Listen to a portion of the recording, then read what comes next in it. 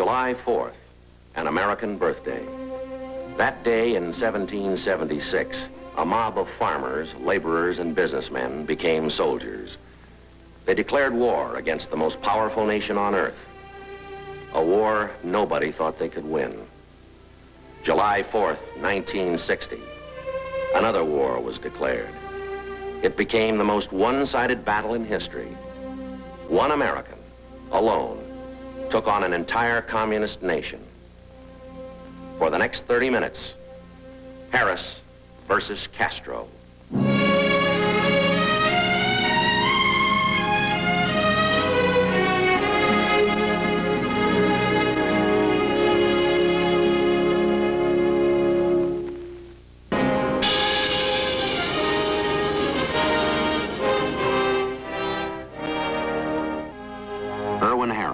American businessman.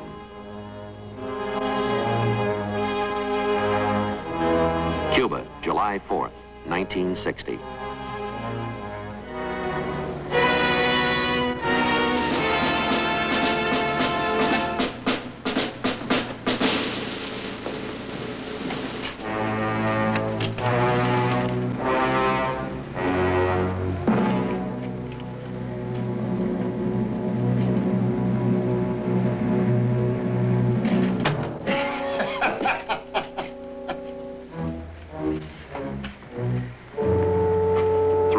Of phone calls, letters, and red tape to get into Cuba. 4 hours of waiting outside Castro's office for 2 minutes of his time. 2 minutes of anti-American propaganda. Then the dictator passed the buck. Another 3 hours waiting. His pass said, guest of the Cuban government.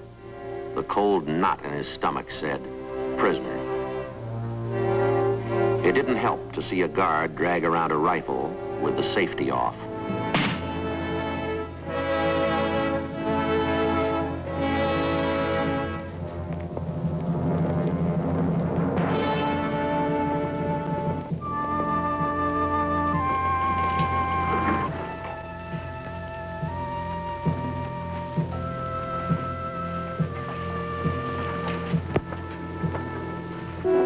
Mr. Harris. Dr. Guevara. Sit down, sit down.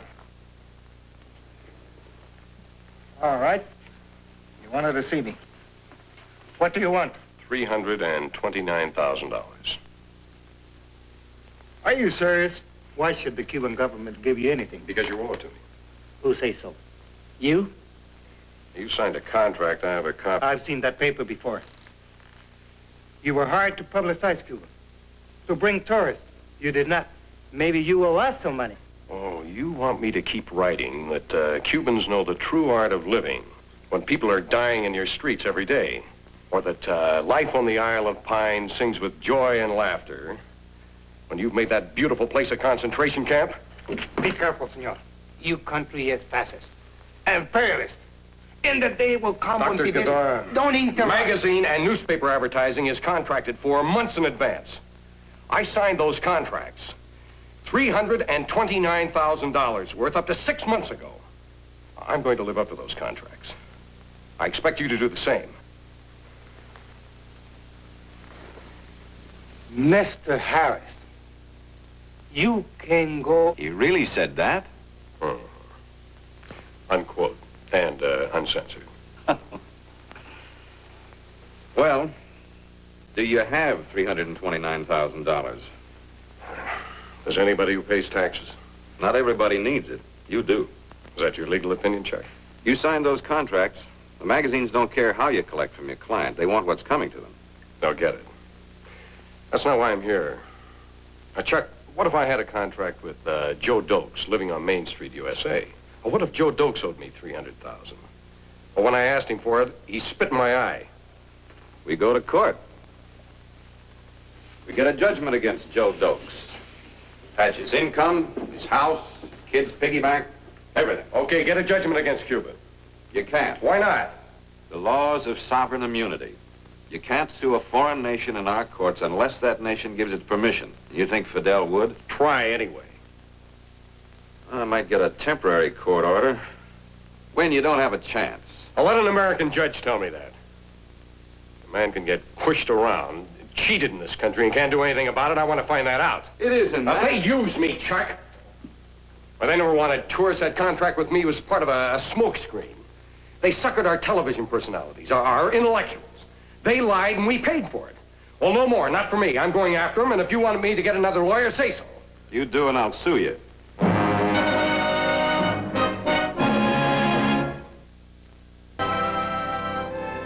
The next morning, Mrs. Harris kept her 3 children out of school and drove her husband to the Miami airport.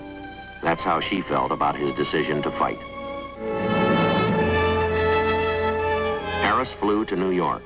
He needed time to pay off the contracts he had signed. Newspaper and magazine advertising must be booked or reserved several months in advance of publication in order that the publishers may reserve the space for the advertisers. When such space is contracted for, whoever books it guarantees the publisher full payment. In Harris' case, it was too late to cancel, and full payment was due for all ads. These people knew him, had worked with him for years. They also knew what he was up against. It wasn't a matter of whose side they were on. Sure, I can go along with the rest of the magazines. I can give you time.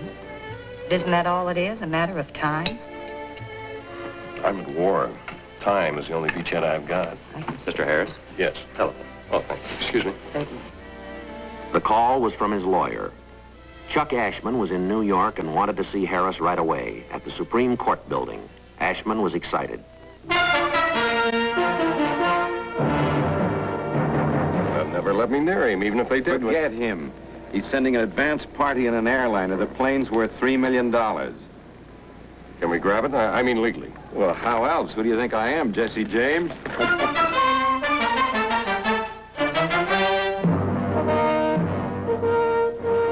Ashman filed a lawsuit in New York Supreme Court.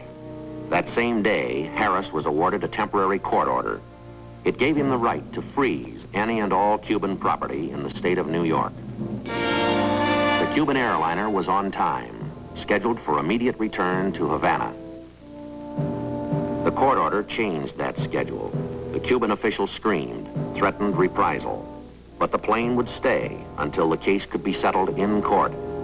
This was the United States, not Cuba. Como dijo Fidel en una de sus noches, donde sabía lo que estaba diciendo, que Cuba para los cubanos y no para las ideas tontas de los que están del otro lado de la... How's your Spanish? I know when I'm being insulted in any language. With all the Cuban refugees pouring into Miami, I speak more Spanish these days than English. Kid's taking this, all right? Taking it. You're a shoo-in for scoutmaster and Little League umpire.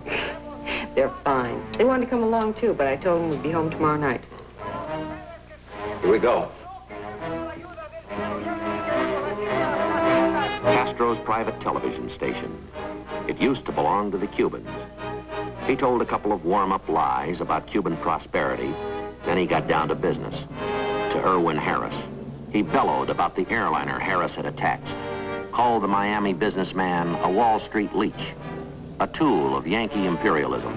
De la doctrina Monroe, sino que queremos patria y A libertad. whole television broadcast. Your own little dictator to fight with. How's it feel? Well, 329,000 would feel fine. Well, we go to court tomorrow morning. Chuck, how does it look? The law? American law will protect his rights just as strongly as ours. It's the kind of system he wants to bury. Que Cuba para ustedes que están allá afuera y para... Know why I asked you to meet me in chambers? Not exactly, Your Honor. Ashman, did you advise your client that the Cuban attorneys would ask